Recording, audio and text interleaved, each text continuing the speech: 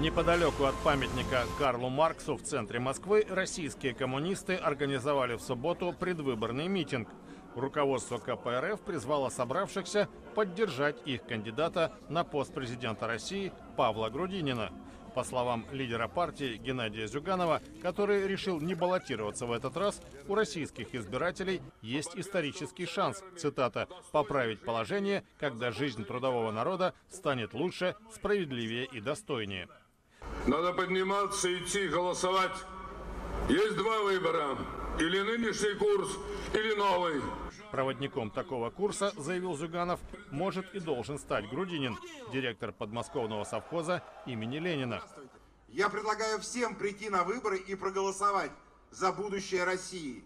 Честные выборы – это достойная жизнь наших людей.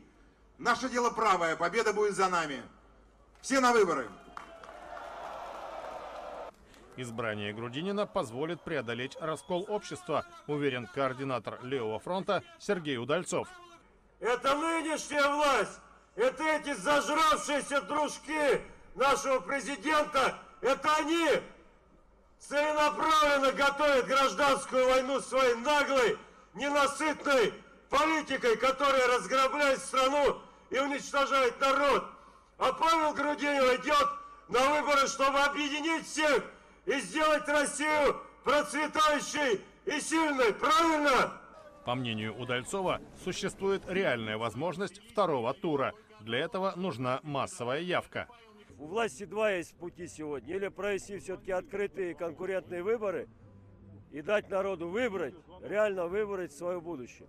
Или если опять будет реализован сценарий фальсификации, если опять изнасилуют закон и сломают волю избирателей через колено, люди имеют право 19 марта и в последующие дни выйти на справедливый протест.